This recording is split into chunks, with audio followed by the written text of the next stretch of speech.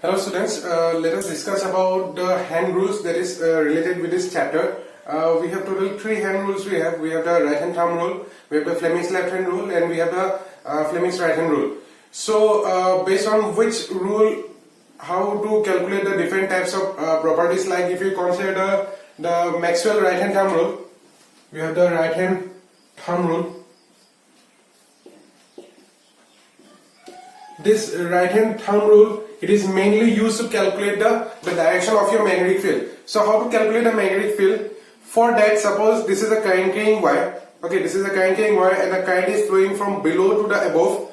So if I want to determine the direction of the magnetic field of this wire, because as we know, when a current flows to a wire, a magnetic field is produced. Suppose if I want to calculate magnetic field of this wire, so if I consider here, so this is, we have to catch the wire in this way. Okay, so this is the direction of the current and the curved fingers represent the direction of your magnetic field. So the right hand thumb rule states that your curved fingers represents your magnetic field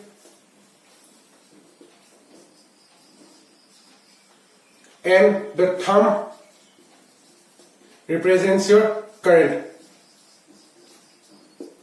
Okay, similarly, if I consider Fleming's left hand rule, Fleming's left hand rule states that you have to consider the 3 fingers in a 90-degree angle. So if you consider 3 fingers, like this thumb represents your force, this represents your field, and the second finger represents your current. Okay, force, field, current. Simple way to determine is by a special abbreviation like FBI. Okay, FBI.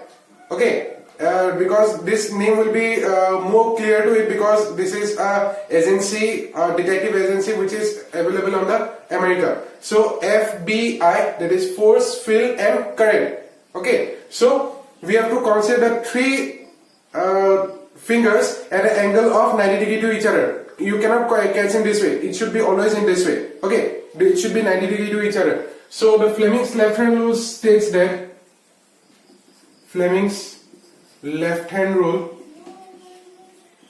that your thumb represents your force, first finger represents your magnetic field, okay, and the second finger represents your current. Okay, like for suppose if I want to consider, why do we use the Fleming's left hand rule? Fleming's left hand rule is used to determine the direction of the magnetic force. Like suppose if I consider that we have a magnetic field, a uniform magnetic field, and if I place a proton at an angle 90 degree to the magnetic field, this is the direction of magnetic field, this is the direction of your proton. Now in which direction your proton will move? So according to the Fleming's left hand rule, force, field, current. Okay, so since the direction of the proton is towards the downward direction and our current direction is always along the direction of proton direction. Okay, so this finger should be in the direction of the proton. Then similarly, since the direction of the magnetic field is towards the right hand side, so the thumb, since it is pointing towards you, that means the direction of the magnetic force will be towards you. If the direction of the proton is above, so we have to catch in this way. So the thumb will be directing inwards.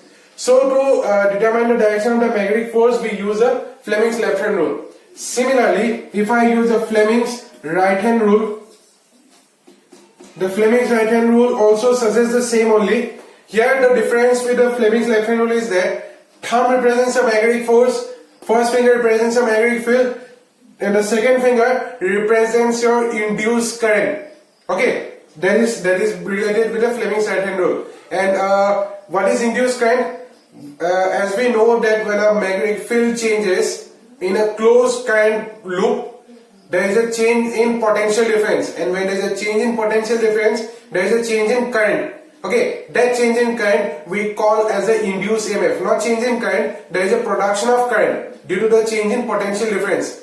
That is called as a induced current. Okay, so for the determination of induced current, we use the Fleming's right hand rule. So these are the different hand rules related with the chapter.